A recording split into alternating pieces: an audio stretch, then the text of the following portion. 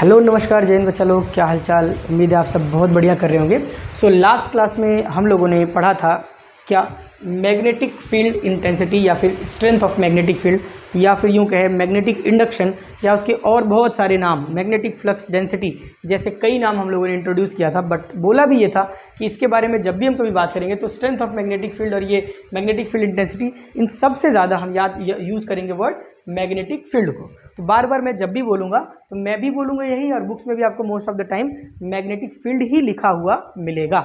आज जो वहाँ पे हमने बातें छोड़ी थी वहीं से स्टार्ट करते हुए धीरे धीरे चीज़ों को आगे बढ़ाएंगे, ठीक है। तो हमने लास्ट टाइम बात किया था कि मैग्नेटिक फील्ड का जो फॉर्मूला होगा that will be B is equals to एक बेसिक फार्मूला, फोर्स पर यूनिट मैग्नेटिक पोल, ठीक है।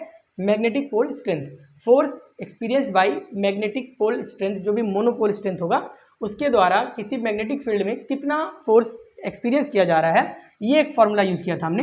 एंड इसका एक्सटेंडेड फार्मूला हमने लिखा था B is equals to K times M by R का स्क्वायर। आई थिंक ये लिखा था हमने, क्योंकि force is equals to K M1 M2 by R का स्क्वायर होता था, और F by M1 M2 M2 M2 cancel हो गया, हमारे पास ये फार्मूला निकल के आया था। यहाँ से छोटी छोटी चीज़ें देखेंगे जो वहाँ पे छूट गई थी, छूटी क्या थी, लास्ट वीडियो एंड हो गया था, तो यहाँ से हम उसको कंटिन्यू कर रहे हैं। तो सबसे पहले बात करें अगर यूनिट का, तो यूनिट क्या होने वाली है ज़रा देखो, यूनिट यहाँ से निकाल के देखो ज़रा, फोर्स पर unit magnetic pole strength. Force की यूनिट सब जानते हैं न्यूटन, और मैग्नेटिक पोल स्ट्रेंथ की यूनिट लास्ट टाइम हम डिस्कस कर चुके हैं एम्पियर इंटू, यानी कि current into ampere into metre. तो आई ए लिख रहा हूँ मैं, आई इंटू एम लिख रहा हूँ, या तो आप एम्पियर मीटर लिख दीजिए या तो आई इंटू मीटर लिख दीजिए, जो आपकी मर्जी है। अगर आई नहीं लिखना तो चलो एम्पियर मीटर लिख देते हैं। चलो एक मिनट के लिए मैं इसको एम्पियर मीटर कर देता हूँ, एम्पियर मीटर, ठीक है। न्यूटन पर एम्पियर पर मीटर ऐसे आप बोल सकते हैं, या फिर इसको थोड़ा सा और अगर एक्सटेंड करें तो न्यूटन को क्या लिख सकते हैं अपन, ऐसा यूनिट में अगर इसको ब्रेक करें तो न्यूटन होता है मास इंटू एक्सेलरेशन, मास के लिए हुआ केजी, एक्सेलरेशन के लिए मीटर पर सेकंड का square, divided by ampere into metre. Metre और मीटर कैंसल आउट हो गया, हमारे पास बच गया केजी एम्पियर सेकंड का स्क्वायर, केजी पर एम्पियर सेकंड का स्क्वायर। या तो आप ये बोलिए केजी एम्पियर पर सेकंड का स्क्वायर, बट ये थोड़ा सा अजीब लग रहा है और ऐसा यूनिट तो हम बोलते नहीं है। सो इसके लिए बेसिकली सबसे अच्छा तरीका ये है कि आप इसको बोलिए टेस्ला। क्या बोलिए? टेस्ला। एंड टेस्ला के बारे में आप बहुत अच्छे से जानते हैं, वन ऑफ माई फेवरेट, या मैं बोल दूँ एक तरीके से मोस्ट फेवरेट जो फिजिसिस्ट रहे हैं, जो भी साइंटिस्ट रहे हैं, उनमें से ये एक हैं जिनका नाम है सर निकोला टेस्ला। इन्होंने वायरलेस इलेक्ट्रिसिटी का कॉन्सेप्ट देने का बहुत कोशिश किया, बड़े ही मेहनत से इन्होंने कॉन्सेप्ट बिल्ड भी किया था जिसको टेस्ला कॉइल बोलते थे, बट अनफॉर्चुनेटली उसको कुछ लोगों ने डिस्ट्रॉय कर दिया और आज तक उसकी पहली अनसुलझी हुई है। लेकिन इनके कॉन्सेप्ट्स पक्का बहुत ही माइंड ब्लोइंग थे, कभी टाइम मिला तो इनकी कहानी भी सुनाऊंगा, पर अभी के लिए इनके सम्मान में ये यूनिट रखी गई है, दैट इज टेस्ला, और इसको अपन एब्रीवेशन में लिखेंगे, सिंबॉलिक तरीके से टी लिखेंगे, ठीक है। तो जहाँ कहीं भी आपको मैग्नेटिक फील्ड स्ट्रेंथ या फिर इंटेंसिटी लिखा हो तो आप अपन क्या यूज़ करने वाले हैं, टी यूज़ करने वाले हैं। दूसरा यूनिट इसी का नाम हमने क्या रखा था, जरा आप याद कीजिए एक बार, इसका नाम हमने रखा था मैग्नेटिक फ्लक्स डेंसिटी। तो जैसा इलेक्ट्रिक फ्लक्स पढ़ते थे एग्जैक्टली वैसा यहाँ पे मैग्नेटिक फ्लक्स है। इलेक्ट्रिक फ्लक्स के लिए हम लोग फाई ई लिखते थे, मैग्नेटिक फ्लक्स के लिए हम लोग फाई बी लिख देंगे, ज़्यादा कुछ थोड़ी ना। तो फ्लक्स डेंसिटी की अगर बात करें तो मैग्नेटिक फ्लक्स डेंसिटी के टर्म में अगर लिखें तो डेंसिटी क्या होगी, मैग्नेटिक फ्लक्स पर यूनिट एरिया, पर यूनिट एरिया, और मैग्नेटिक फ्लक्स पर यूनिट एरिया के हिसाब से अगर लिखें तो मैग्नेटिक फ्लक्स का जो यूनिट होता है दैट इज वेबर। क्या होता है? वेबर। और वेबर एरिया का यूनिट मीटर का स्क्वायर। तो ये भी एक यूनिट आपका है किसका, बी का। मैग्नेटिक फील्ड स्ट्रेंथ का एक और यूनिट है वेबर पर मीटर स्क्वायर। इनमें से कोई सा भी एक आपको याद रखने की जरूरत है। मोस्ट ऑफ द टाइम आपको टेस्ला देखने को मिलेगा, पर कहीं के टेस्ला अगर नहीं मिला तो वेबर पर मीटर स्क्वायर भी मिल जाए तो आप बड़े आराम से बोल दीजिएगा कि ये क्या है, ये एक मैग्नेटिक फील्ड स्ट्रेंथ का यूनिट है, वेबर पर मीटर स्क्वायर। बहुत बढ़िया। यहाँ से एक छोटा सा चीज़ और देख लेते हैं, डायमेंशनल फार्मूला। बेसिकली हर एक जो भी अपना टर्म होगा उसका अपन डायमेंशनल फार्मूला यूनिट वगैरह डिफाइन करते चलेंगे ताकि चीज़ें बहुत ही ज़्यादा सिंपल रहे हमारे लिए। अब यहाँ पे अगर आपको लिखना है तो ब्रेक हो के हमारे पास है केजी एम्पियर पर सेकंड स्क्वायर। केजी के लिए अपन मास, मास के लिए अपन एम यूज़ कर लेंगे। एम्पियर करंट है, करंट के लिए तो ऑलरेडी एल जीरो कर दिया हमने क्योंकि लेंथ कोई है नहीं यहाँ पे। टाइम का पावर देखो, सेकंड का स्क्वायर ऊपर जाएगा तो -2, और लास्ट में क्या बच गया, एम्पियर। एम्पियर को आप ए लिख दीजिए पावर 1। इस तरीके से आपका यूनिट आ जाएगा m1 L0 t power -2 a power -1। यहाँ से आपका ये डायमेंशनल फार्मूला डिफाइन हो जाएगा, ठीक है। सो मैग्नेटिक फील्ड इंटेंसिटी के बारे में इतना काफ़ी है। इसको रिलेट करके अपन जब क्वेश्चंस करेंगे तो और डिटेलिंग कर लेंगे, ठीक है।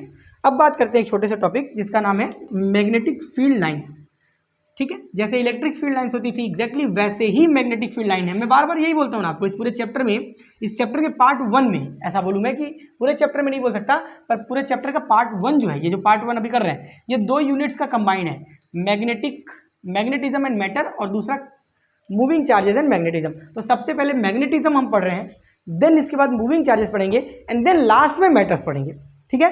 तो तीनों मतलब दोनों के दोनों यूनिट को कंबाइन करके अपन एक साथ पढ़ ले जाएंगे, जो भी 4 5 6 7 8 जितने भी इसके पार्ट बनेंगे अपन आराम आराम से बना लेंगे। तो यहाँ पे हम डिस्कस करें magnetic field lines.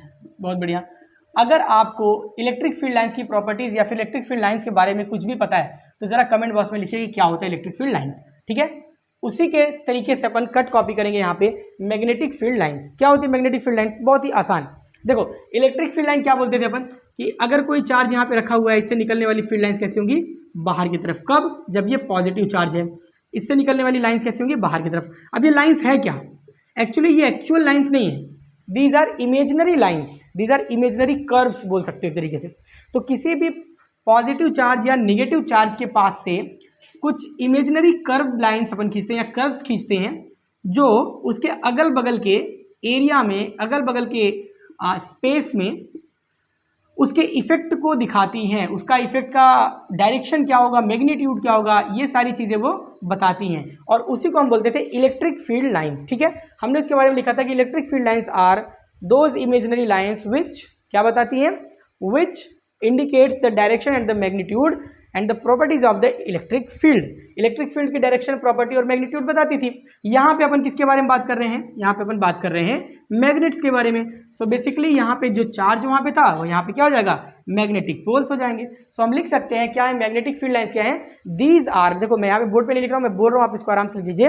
Magnetic field lines are those imaginary lines और कर्व्स अराउंड अ मैग्नेट और magnetic pole which indicates the direction and strength of the magnetic field around the pole or around the magnet। बहुत ही simple भाषा में मैंने बोला कि those imaginary lines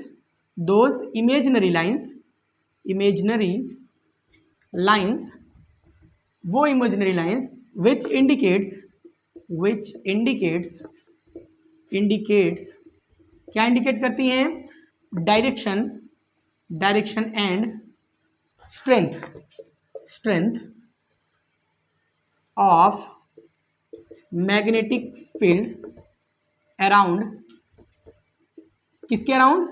magnet या फिर कोई पोल हो, मैग्नेटिक पोल हो, मैग्नेटिक पोल, ठीक है।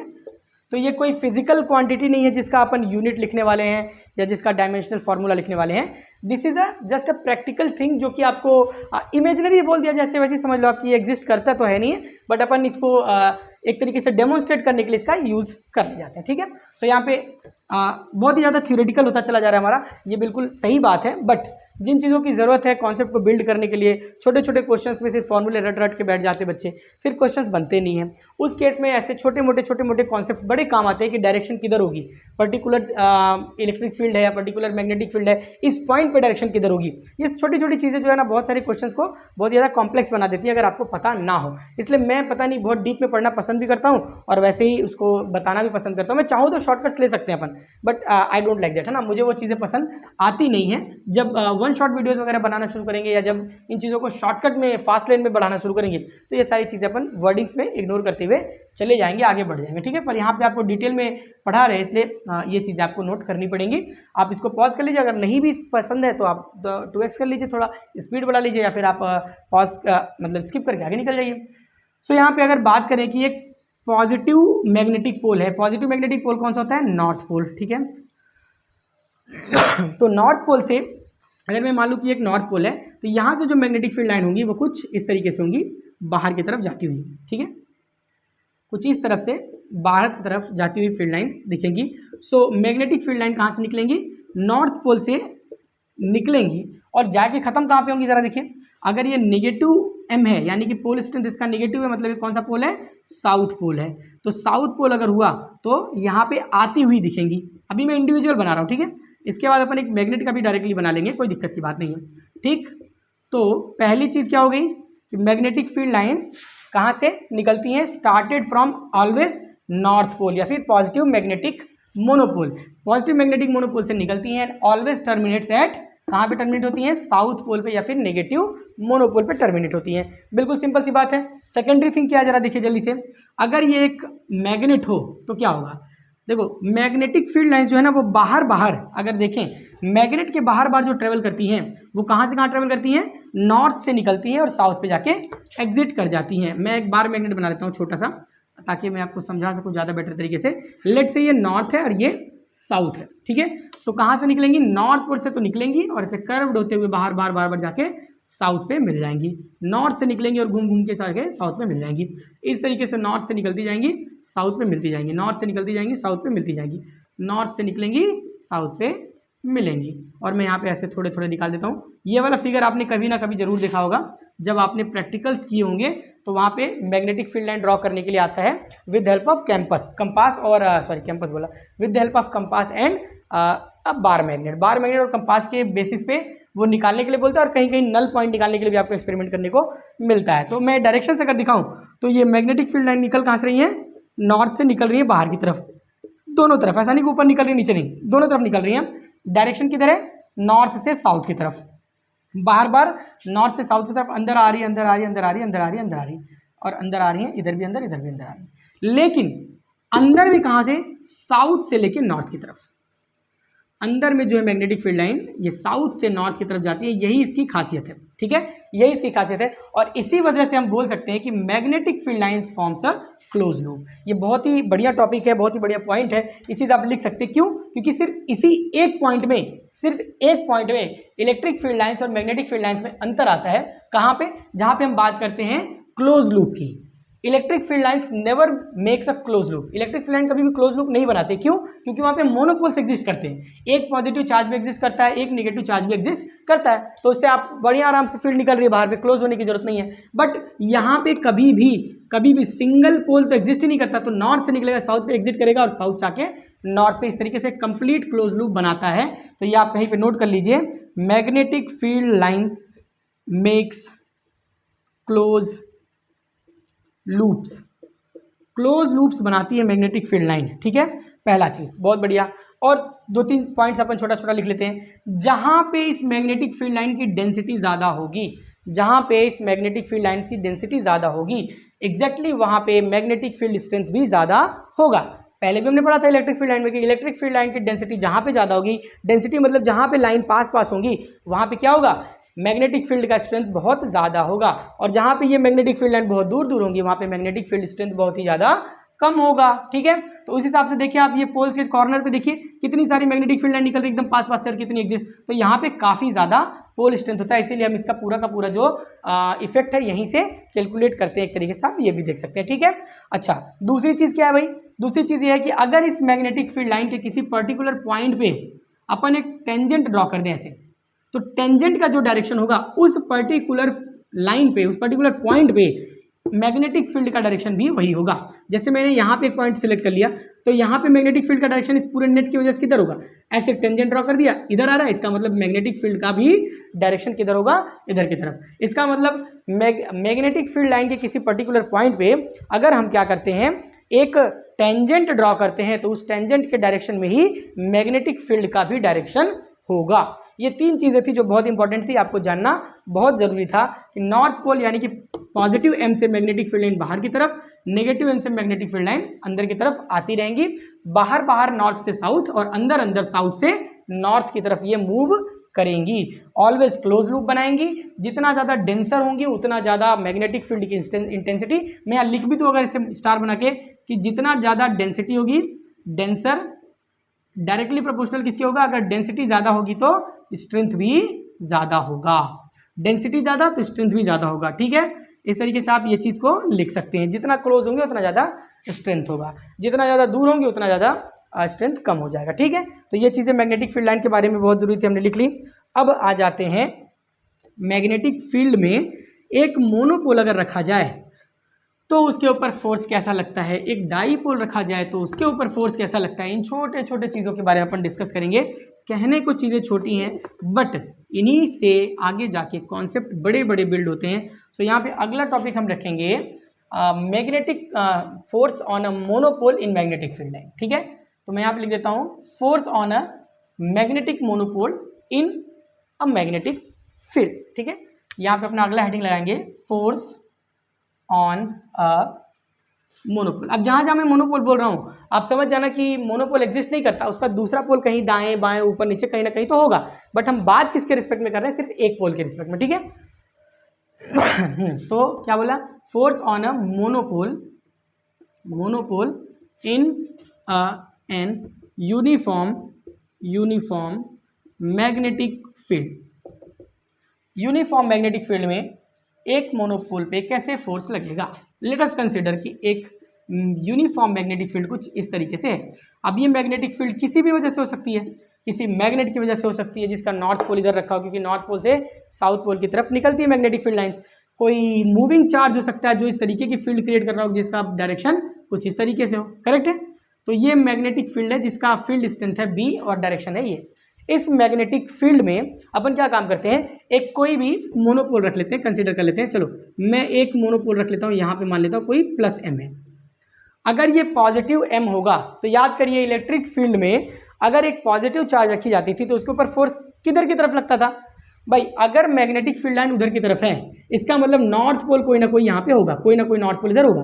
ये नॉर्थ पोल का मतलब क्या होता है, पॉजिटिव एम ही तो होता है। अगर पॉजिटिव एम यहाँ पे और मैंने पॉजिटिव एम भी रख दिया तो दोनों ही सेम टाइप के हो गए, और सेम टाइप के बीच में होता है रिपल्शन। तो इसको रिपल करने के लिए डायरेक्ट किस डायरेक्शन में फोर्स लगने वाला जरा बताओ, मैग्नेटिक फील्ड लाइन के डायरेक्शन में ही फोर्स लगेगा। और फोर्स लगेगा, वो फोर्स कितना होगा जरा याद कीजिए, बी इज इक्वल टू क्या था, बी इज इक्वल टू था कुछ ना एफ बाई एम, और ये एफ क्या था, फोर्स ऑन दैट मोनोपोल। तो यही तो हम पूछ रहे हैं कितना फोर्स लग रहा है, तो इस मोनोपोल का स्ट्रेंथ जो है इधर ले आकर रख दो, तो मुझे लगता है कि आएगा m इंटू बी। तो इसके ऊपर कितना फोर्स लग जाएगा, m इंटू बी। अगर ये यहाँ पे पॉजिटिव रखा गया तो याद रखना है कि हमेशा फील्ड के डायरेक्शन में लगेगा। अगर एक निगेटिव पोल रख दिया, निगेटिव माइनस एम, अगर माइनस एम रखा इसका मतलब ये नॉर्थ है तो ये वाला कौन सा होगा, साउथ, और साउथ अपोजिट है तो इसको करेगा अट्रैक्ट। इसका मतलब इस पर जो फोर्स लगेगा एफ, मैग्नीट्यूड तो वही रहने वाला है क्योंकि पोल स्ट्रेंथ मैंने वही रख रखा है, माइनस एम बी, नहीं मैं बी लिख रहा हूँ यहाँ पे।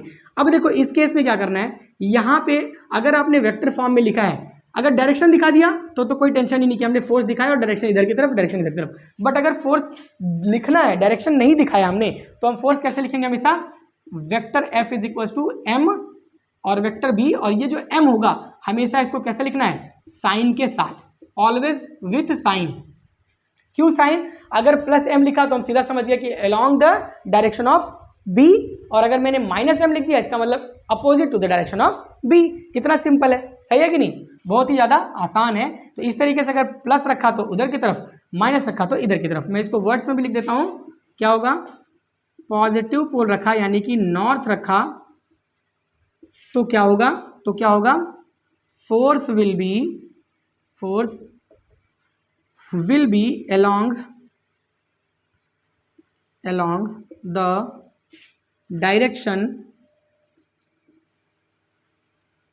डायरेक्शन ऑफ बी यानी कि मैग्नेटिक फील्ड।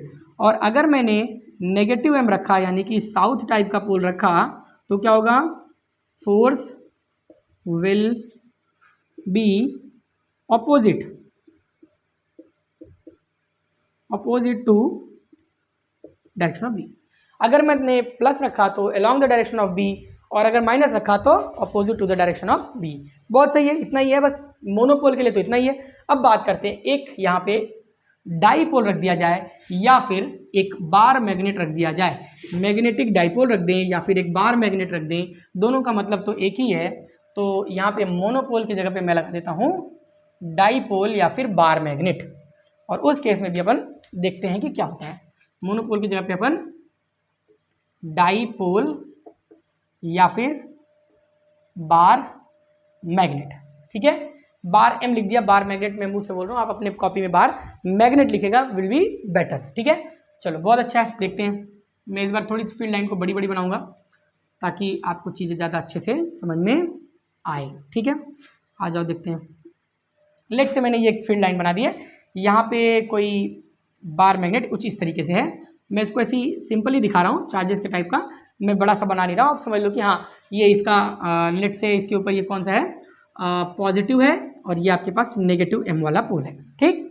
और ये आपके जब पास जो मैग्नेटिक फील्ड है दिस इज बी, करेक्ट। याद करिए इलेक्ट्रिक फील्ड लाइन में अगर ये डाइपोल रखते थे तो क्या होता था, एक फोर्स कपल लगता था। फोर्स कपल का मतलब क्या, एक फोर्स इसके ऊपर एक फोर्स इसके ऊपर, दोनों की तरफ फोर्स लगेगा। यहाँ पे भी अगर देखते जाए तो इसी तरीके से फोर्स लगेगा। लेट से इस बार मैग्नेट का जो लेंथ है दिस इज एल। अभी आगे इसकी बात करेंगे। यहाँ पे एम प्लस एम पे किधर की तरफ फोर्स लगेगा भाई, मैग्नेटिक फील्ड लाइन की डायरेक्शन इधर है, तो हमने क्या बोला था, पॉजिटिव पोल पे हमेशा मैग्नेटिक फील्ड लाइन के डायरेक्शन में ही फोर्स लगने वाला है, और फोर्स लगेगा इधर की तरफ। एफ कितना लगेगा भैया, बहुत आसान है, pole strength into magnetic field, pole strength is M, magnetic field is B. बहुत बढ़िया, बहुत सुंदर। इस माइनस वाले पोल के ऊपर किधर की तरफ फोर्स लगेगा जरा बताइए। माइनस वाले पोल के ऊपर मुझे लगता है कि चूंकि ये माइनस है और फील्ड जो है वो प्लस की वजह से है, तो एक फोर्स लगेगा इस तरफ, और वो फोर्स होगा F, that is M into B. Sir आपने माइनस क्यों नहीं लिखा, अरे माइनस इसलिए लिखा क्योंकि हमने डायरेक्शन दिखा दिया। अगर डायरेक्शन इंडिकेट नहीं करते तो मैं यहाँ पे माइनस डालता, अगर मैं क्वेश्चन कर रहा होता तो मैं माइनस डालता। अभी तो हम लोग सिर्फ क्या कर रहे हैं, इंटरप्रिटेशन कर रहे हैं, और इंटरप्रिटेशन में माइनस प्लस लिखना अभी जरूरी नहीं है क्योंकि हमने डायरेक्शन शो कर दिया है। सो जरा मुझे बताइए नेट फोर्स कितना लग रहा है। Sir F is equal to M B, इधर की तरफ लग रहा है, F is equal to M B उसके अपोजिट पे लग रहा है, मैग्नीट्यूड सेम है, डायरेक्शन जस्ट अपोजिट है। इसका मतलब एफ नेट कितना लगेगा, एफ नेट कितना लगेगा, F net will always be zero. किसी भी कंडीशन में आप रख लीजिए, सीधा रख लीजिए, ऐसे रख लीजिए, ऐसे रख लीजिए, लेकिन हमेशा एफ नेट जो होगा, नेट फोर्स हमेशा जीरो होगा। क्यों, क्योंकि ये force couple always will be in opposite direction and magnitude will always be equal. क्यों, क्योंकि हमने एक बार मैग्नेट लिया है या डाइपोल लिया है, और डाइपोल का कंडीशन ही यही है कि उसका जो मैग्नेटिक पोल स्ट्रेंथ है वो हमेशा बराबर होना चाहिए। अगर पोल स्ट्रेंथ बराबर है, साइन अपोजिट है, डायरेक्शन अपोजिट है, डेफिनेटली फोर्स कपल जो है वो हमेशा जीरो होगा। लेकिन लेकिन लेकिन फोर्स कपल तो जीरो है, लेकिन इसका एक अगर रिजल्टेंट देखें तो अगर एक इधर खींच रहा है, एक इधर खींच रहा है, तो ये क्या होगा, ये से घूमना चाहेगा, ये से घूमना चाहेगा। अरे भैया अगर मेरे पास ये पेन है, इस पेन को एक आदमी उधर से खींच रहा हो, एक आदमी इधर से खींच रहा हो, तो क्या होगा, ये पेन घूमेगा ना। एक उधर खींच रहा है, एक इधर खींच रहा है, ये पेन घूमेगा। और अगर ये पेन घूमेगा इसका मतलब क्या कर रहा है, रोटेट कर रहा है। रोटेट करने के लिए कौन जिम्मेदार है, सर रोटेट करने के लिए जिम्मेदार है ताऊ जी, ताऊ जी नहीं जी सॉरी, टाउ। कौन जिम्मेदार है, टाउ। टाउ को मैं प्यार से ताऊ बोलता हूँ, और इस ताऊ का नाम है क्या, टॉर्क। क्या नाम है, टॉर्क। इसका मतलब नेट फोर्स कपल जीरो होने के बाद भी इस फोर्स कपल की वजह से एक टॉर्क जनरेट होगा, और वो टॉर्क क्या करेगा, इसको हमेशा घुमा के किधर लाने की कोशिश करेगा, मैग्नेटिक फील्ड लाइन के डायरेक्शन में अलाइन करने के लिए कोशिश करेगा, ताकि इसके ऊपर लगने वाला जो फोर्स है वो क्या हो जाए, रोटेटिंग टॉर्क को भी जीरो कर दे, रोटेटिंग टॉर्क को भी जीरो कर दे। और टॉर्क को भी जीरो कर देगा तो क्या हो जाएगा, स्टेबल हो जाएगा, आई थिंक सो, है ना। आइए देखते हैं rotating torque on the magnetic dipole in a magnetic field. तो यहाँ पे मैं फोर्स की जगह पे मिटा के लिख दूंगा टॉर्क। आप नोट कर लीजिए, मैं एक साइड हो जाता हूँ, नोट कर लीजिए। उसके बाद अपन लिखते हैं फोर्स की जगह पे टॉर्क। क्या लिखेंगे, टॉर्क, TOURQUE, टॉर्क।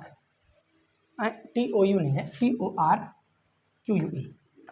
जो बच्चे मुझसे ऑफलाइन में पढ़ चुके हैं उनको पता है कि मैं इस मामले में बहुत ही ज़्यादा कच्चा हूँ। स्पेलिंग मुझे उतनी अच्छी आती है नहीं, बट ठीक है, आपको समझ में आ जाए उतनी तो हो जाती है, ठीक है। तो यहाँ से सीधा सीधा अपन लिखेंगे, थियरी फॉर्म में नहीं लिख रहे हैं, अब थोड़ा ज़्यादा डेरिवेशनल फॉर्म में लिख रहे हैं ताकि स्पीड थोड़ी और बढ़ जाए। उस हिसाब से अगर आप देखें यहाँ पे तो आपको पता चलेगा कि अगर एक मैग्नेटिक डाइपोल एक मैग्नेटिक फील्ड में रखी जाए तो उसके ऊपर दो फोर्सेज लगते हैं जिनका मैग्नीट्यूड ऑलवेज इक्वल होता है, बट डायरेक्शन अपोजिट होने की वजह से टॉर्क जनरेट करता है जो उसको घुमाने की कोशिश करता है, रोटेट करने की कोशिश करता है, जिसको बोलते हैं रोटेटिंग टॉर्क। अगर मैं यहाँ पे एक एंगल डालूं कि ये जो आपका पास ये जो डाइपोल है, अच्छा ये नॉर्थ है ये साउथ है, सो डेफिनेटली डाइपोल मूवमेंट का डायरेक्शन नॉर्थ से साउथ होगा, तो मैं इसके लिए कैपिटल एम लिख दूं, कोई दिक्कत नहीं। और इस कैपिटल एम की वैल्यू क्या होगी, अगर इसका टोटल लेंथ एल है और पोल स्ट्रेंथ एम है, so we can definitely write कि ये जो मैग्नेटिक डाइपोल मोमेंट है, ये जो मैग्नेटिक डाइपोल मोमेंट है that will be M into L. पक्का है, एम इंटू एल होगा, बढ़िया। अब हमको क्या करना है, हमको निकालना है torque. We know that torque होता क्या है, torque is the force and torque is the force, torque is the force, force तो ठीक है, लेकिन फोर्स के आगे क्या, force into perpendicular distance, perpendicular distance कहाँ बिटवीन, यहां मैं ब्रैकेट डालता हूं, बिटवीन कहां पे, line of action, line of action, action of forces.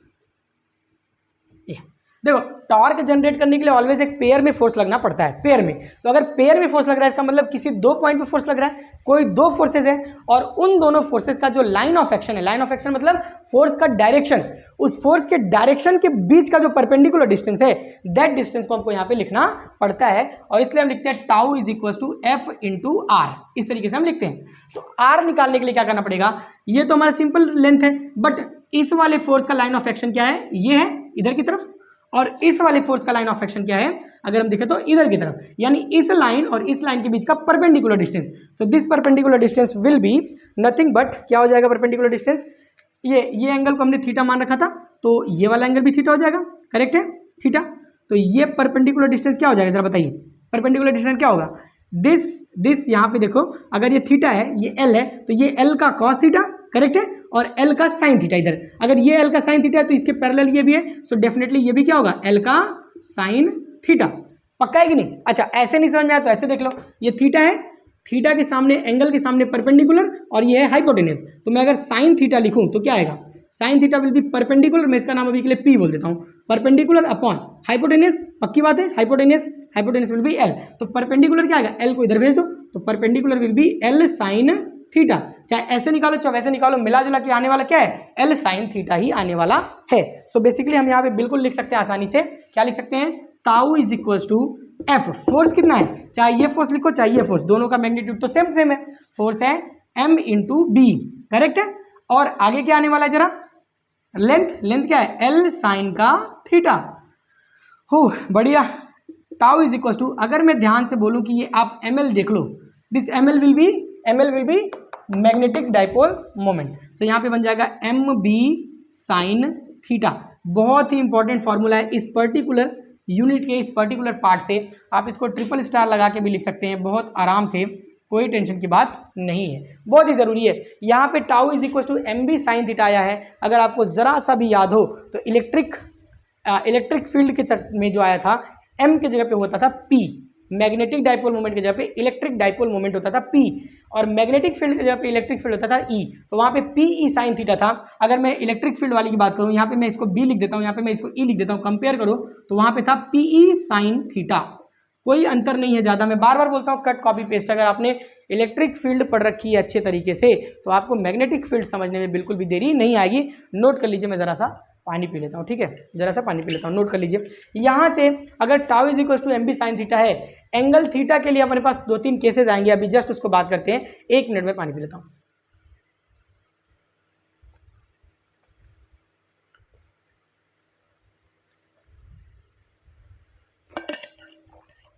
बढ़िया, बहुत अच्छा।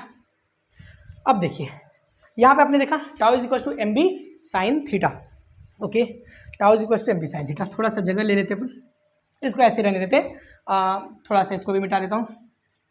यहाँ पे 2-3 चीज़ और देखिए, 2-3 चीज़ और देखिए, अगर tau is equal to M B sine theta है, tau is equal to M B sine theta है, सॉरी कैपिटल एम है, एम बी साइन थीटा, तो क्या मैं ऐसा लिख सकता हूँ कि मैग्नेटिक डाइपोल मोमेंट ये भी एक वेक्टर क्वांटिटी है, बी मैग्नेटिक फील्ड ये भी एक वेक्टर क्वांटिटी है, और अगर दोनों वेक्टर का क्वांटिटी का एम और बी मैग्नीट्यूड है तो मैग्नीट्यूड का मल्टीप्लाई इनटू साइन थीटा क्या होता था, एंगल के टर्म में अगर लिखना चाहे तो tau vector tau is equal to क्या आ जाएगा अपने पास, एम क्रॉस बी। जरा याद कीजिए, M cross B, A cross B is equal to क्या होता था, ए बी साइन थीटा, तो एम क्रॉस बी क्या होगा, एम बी साइन थीटा। बहुत शानदार, M B sine theta. Tau का डायरेक्शन कौन सा होगा सर, यहाँ पे तो दो वेक्टर क्वांटिटीज हैं, एक होती तो हम बोलते हैं उसके तरफ होगा, यहाँ पे तो 2 वेक्टर क्वांटिटी आ गई, अब किधर होगा, बहुत आसान है, कोई दिक्कत नहीं है। क्रॉस प्रोडक्ट में डायरेक्शन देखना आपको सिखा दिया गया है, अगर एम क्रॉस बी है तो एम की तरफ पंजा रखिए और बी की तरफ घुमा दीजिए, जिधर अपना थंब आएगा राइट हैंड थंब रूल के हिसाब से उधर की तरफ ही अपना टॉर्क का डायरेक्शन हो जाएगा। इस केस में जरा देखो, इस केस में जरा देखो, अगर ऐसे रखा हुआ है तो एम की तरफ पंजा ले जाओ, अगर मैं ऐसे पंजा ले जाता हूं तो क्या मैं बी की तरफ घुमा पाऊंगा, बी की तरफ ऐसे नहीं घुमा पाऊंगा, क्यों नहीं घुमा पाऊंगा, क्योंकि उंगली टूट जाएगी। भाई ऐसे कर्व करना है, गोल घुमाना है, तो कैसे रखे, ऐसे रख दीजिए सर। अगर ऐसे रखा तो क्या होगा, एम तो इधर की तरफ और बी किधर है, उससे बी की तरफ अलाइन करने के लिए क्या करना पड़ेगा, ऐसे घुमाना पड़ेगा, बहुत बढ़िया, तो ऐसे घुमाइए, ऐसे घुमाइए, किधर जा रहा है? अंदर की तरफ, मतलब m into B, m cross B, m cross B किधर? अंदर की तरफ। इसका मतलब रोटेटिंग टॉर्क का जो डायरेक्शन होगा वो किधर होगा? अंदर की तरफ। जब क्रॉस लिखे तो अंदर की तरफ, और जब डॉट लिखे तो बाहर की तरफ, तो इसका डायरेक्शन अंदर की तरफ। लेकिन अंदर की तरफ वाले डायरेक्शन का मतलब क्लॉकवाइज, और अगर बाहर की तरफ डायरेक्शन इसका मतलब एंटी क्लॉकवाइज। तो अगर मैं बोलूं कि डायरेक्शन जो है वो इनसाइड है, इनसाइड द प्लेन है, इनसाइड द प्लेन है। देखो अब यहां पे क्या हो गया? m ऐसे है, b ऐसे और ये ऐसे है। इसका मतलब तीनों एक दूसरे पे क्या है? परपेंडिकुलर है। तीनों एक दूसरे पे क्या है? परपेंडिकुलर है। m cross b is equal to tau. तो ओए होए, एक मिनट,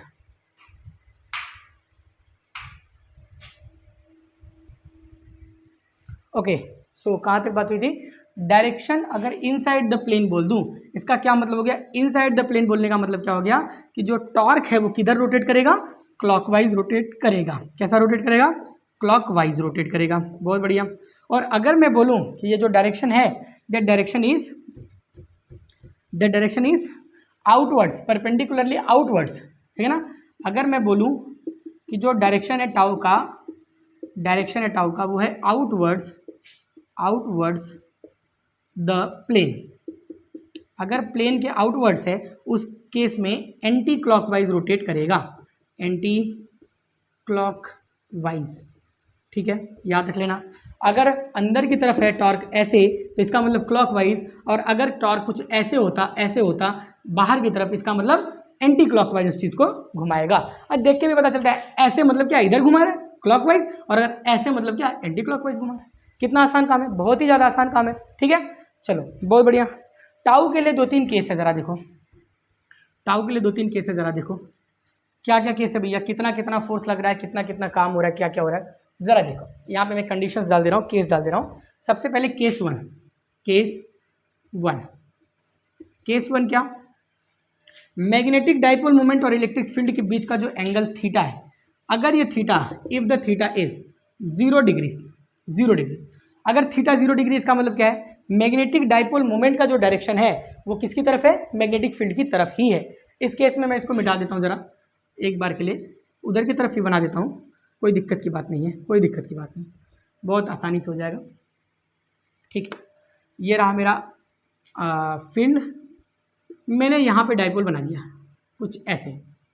अब इस वाले जगह पे क्या है भैया, बोलो? माइनस है कि प्लस है? प्लस एम है। इस तरफ क्या है? माइनस एम है।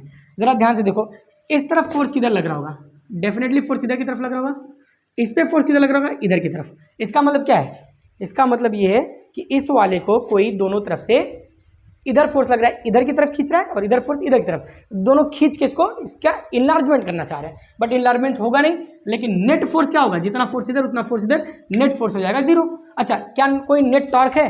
नेट टॉर्क के लिए क्या होता है? Force into perpendicular distance from the line of forces. तो इस वाले फोर्स का लाइन भी यही है, इस वाले फोर्स का भी लाइन यही है, तो force into perpendicular distance, the perpendicular distance 0 हो जाएगा। इसका मतलब इस पर्टिकुलर केस के लिए देख के आंख से हम बता सकते हैं, क्या बता सकते हैं भैया? एफ नेट जो होगा वो तो 0 होगा ही होगा, टाउ नेट भी क्या हो जाएगा? 0। टाउ तो नेट नहीं लिख सकते, टाउ भी क्या हो जाएगा? 0। ये तो ऑब्जर्वेशन से हो गया।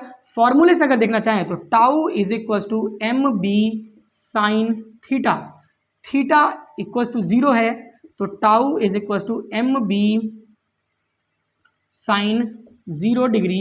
साइन 0 डिग्री एज यूजुअल होता है 0, तो यहाँ से भी आ जाएगा 0। कोई भी टॉर्क नहीं लगेगा, कोई भी टॉर्क नहीं लगेगा। क्या ये मिनिमम है? हाँ बोल सकते हो, टाउ मिनिमम बोल सकते हो इस तरीके से। 0 वैल्यू आ गई, 0 वैल्यू आ गई। जरा दूसरा केस देखिए फटाफट इसी केस में। दूसरे में क्या आ जाएगा? केस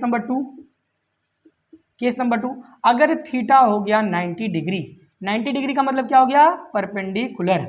अगर 90 डिग्री हुआ, एफ नेट तो उस केस में भी 0 होगा। बहुत बढ़िया, एफ नेट तो उस केस में भी 0 होगा।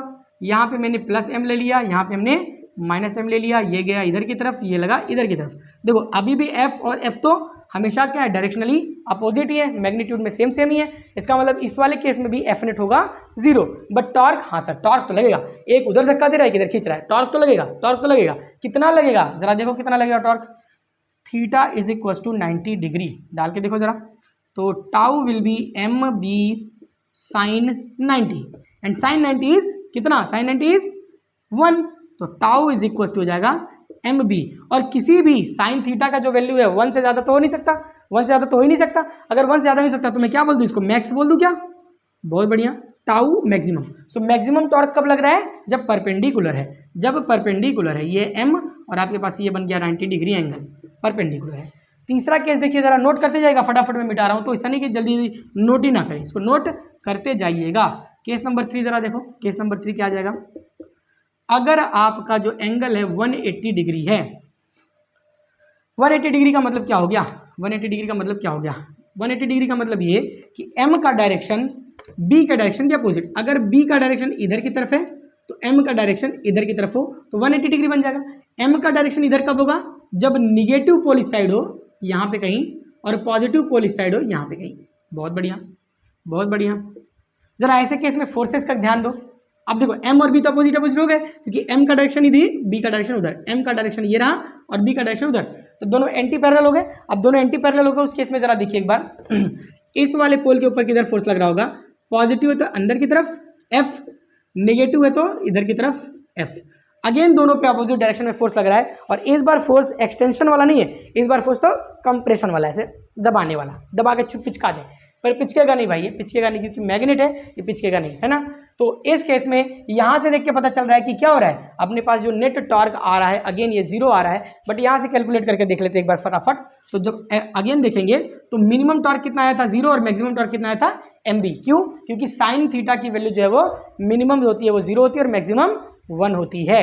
ठीक है, यहाँ पे अगर वैल्यू डाल के देखें तो tau is equal to M B sine 180 degree, 180 degree, correct है।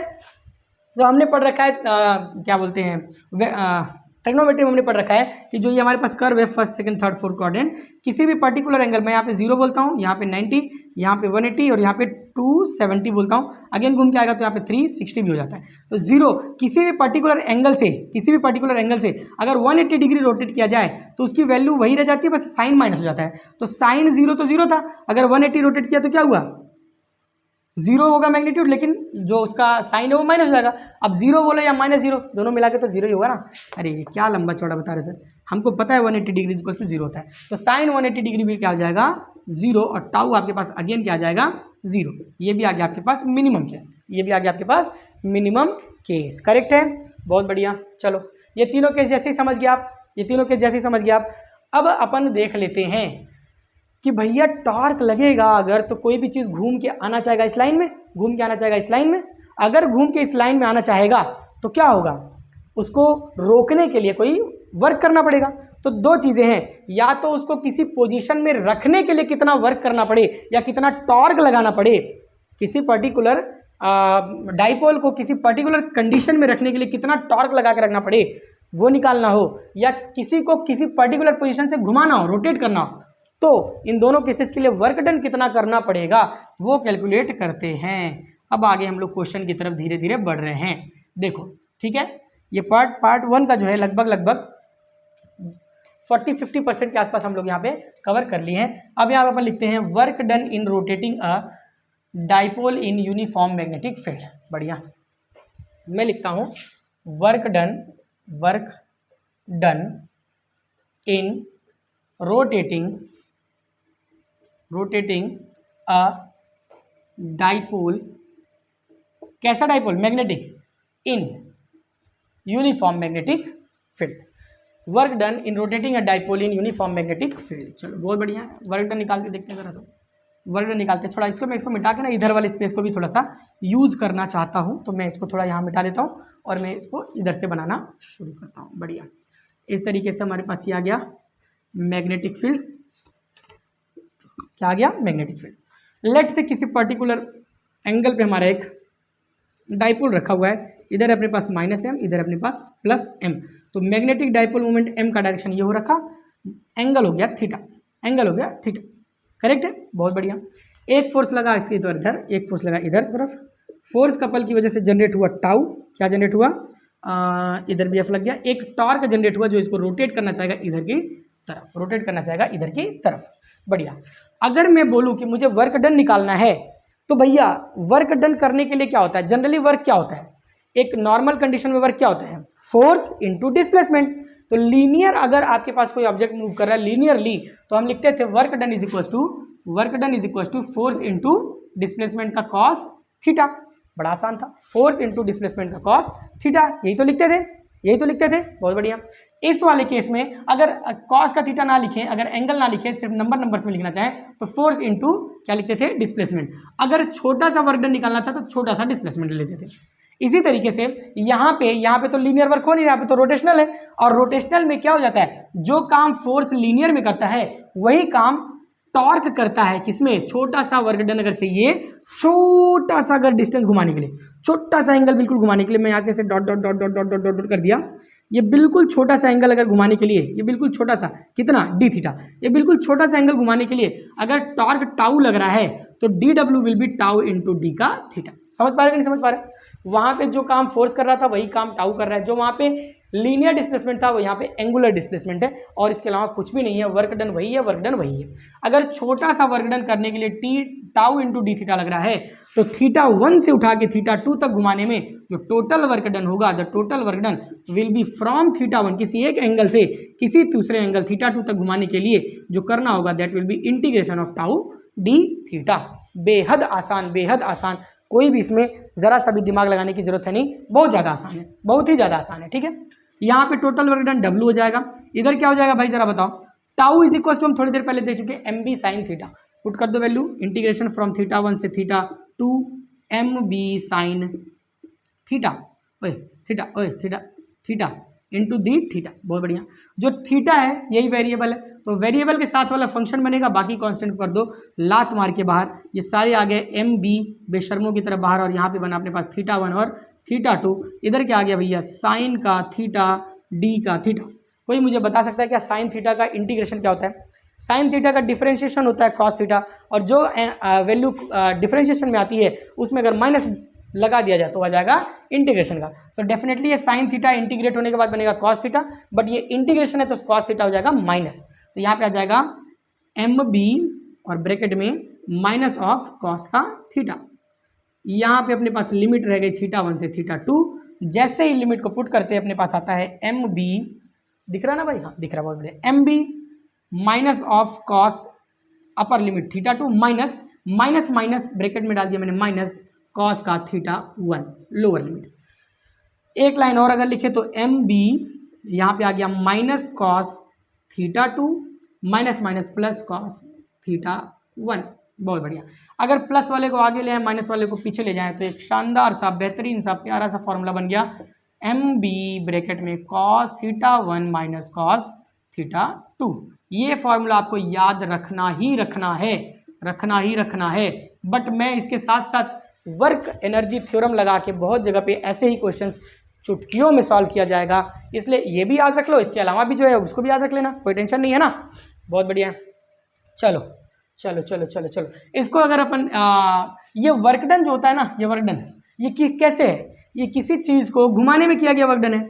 अगर ये ऐसे पड़ा होता और मैं इसको घुमा के ज़बरदस्ती ऐसे कर देता तो क्या होता, जैसे मैं इसको घुमा के ऐसे करता, इसके ऊपर एक रोटेशनल टॉर्क लगता, इधर की तरफ एक इधर की तरफ, जो इसको क्या करता, रीस्टोर करने की कोशिश करता।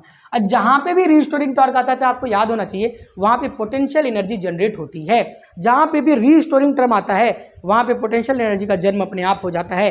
एक धनुष लिया, तीर लगाया, खींचने के बाद जब छोड़ते हैं तो क्या होता है भाई, जैसे जैसे हमने खींचा वैसे वैसे उसके अंदर क्या जाती थी, पोटेंशियल एनर्जी। क्यों हम बोलते थे भैया हम अपोजिट वर्क कर रहे हैं, ये जो तार है ये सीधा रहना चाहता है बट हम इसको खींच के तिरछा कर रहे हैं, इसलिए जब छोड़ेंगे तो ये क्या हो जाएगा, सीधा। और सीधा होने का मतलब अपने आप को करेगा रीस्टोर, और अगर अपने आप को करेगा रीस्टोर इसका मतलब क्या करेगा, अपने अंदर एक पोटेंशियल एनर्जी जनरेट करेगा। सो यहाँ पे अगर मैं बोलूँ कि इस यू को आप चाहें, आप इस डब्ल्यू को क्या लिख सकते हैं, यू भी लिख सकते हैं, M B cos theta 1 minus cos theta 2।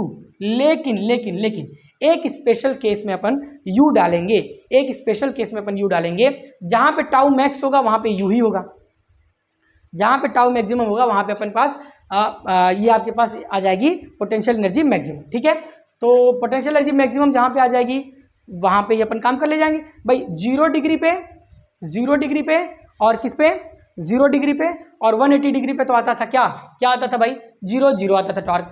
Tau जब 90 डिग्री था उसी समय मैक्सिमम टॉर्क था, और जब मैक्सिमम टॉर्क है वहीं पे अपने पास मैक्सिमम पोटेंशियल एनर्जी। तो उसी के कॉन्सेप्ट में अपन कॉन्सेप्चुअली इस चीज़ को लेकर चलते हैं। बस जनरली ये फॉर्मूला आप यूज़ कर सकते हो, लेकिन इस फॉर्मूले से ज़्यादा क्या यूज हो जाता है, अगर आपके पास θ1 जो है दैट इज 90 डिग्री और 90 डिग्री से कहीं θ2 को थीटा तक घुमाना हो, यानी 90 डिग्री से अगर थीटा तक घुमाना हो तो जो वर्क डन करना पड़ेगा that will comes as a क्या, potential energy. And potential energy will be M B cos का 90 डिग्री माइनस कॉस का थीटा। कॉस 90 डिग्री हम सब जानते हैं क्या होता है, 0 डिग्री, u आ जाएगा माइनस ऑफ एम बी। कैसे, ये 0 हो गया तो माइनस आ गया सामने, बचा क्या, माइनस एम बी कॉस का थीटा। ये फॉर्मूला आप 4 5 6 7 8 10 स्टार लगा के लगाना चाहें लगा लीजिए, कोई टेंशन की बात नहीं है। This is the total potential energy stored in a dipole when it is placed in a, कहाँ पे, uniform magnetic field at an angle theta. ठीक है, अगर थीटा एंगल पे लग रहा तो उस समय पे आपके पास पोटेंशियल एनर्जी आ गई। तो यहाँ पे आप वर्क डन की जगह पे एक और हेडिंग डाल सकते हो, potential energy stored in a dipole placed in uniform magnetic field. बहुत बढ़िया, लंबा चौड़ा लेक्चर हो गया, 2-3 टॉपिक हमने कवर कर लिया। यहाँ तक आप इस फॉर्मूले को नोट करके रख लीजिए। इसके भी कुछ स्पेशल केसेस है जो अपन नेक्स्ट वाले वीडियो में डिस्कस करेंगे। तब तक के लिए जोरदार तरीके से पढ़ते रहिए। मैं थोड़ा साइड हो जाता हूँ, आपको नोट करना है तो नोट कर लीजिए। जोरदार तरीके से पढ़ते रहिए, मेहनत करते रहिए। क्वेश्चंस की सीरीज़ बहुत ही जल्द सामने आएगी। प्लीज़ इस वीडियो को उन सभी बच्चों के साथ शेयर कीजिए जिनका कोर्स अधूरा है या जिनको चीज़ें थोड़ी डीप में पढ़ना पसंद है, जिनको थ्योरीज में बहुत मज़ा आता है, उन बच्चों को भी शेयर कीजिए और अपने दोस्तों को शेयर कीजिए। हो सके तो हाइप दे दीजिए इस वीडियो को, क्योंकि जितना ज़्यादा व्यूज़ आएंगे मोटिवेशन मिलेगा पढ़ाने का, करने का, ऐसे रिकॉर्डिंग करने का, ये सब चीज़ों का। ठीक है, सो प्लीज़ हेल्प करिए हमारा भी, हम आपका हेल्प करें, मिल के सीखते हैं, आगे बढ़ते हैं। ठीक है, तब तक मेहनत करते रहिए। नमस्कार, जय हिंद, मिलते हैं अगली वीडियो में।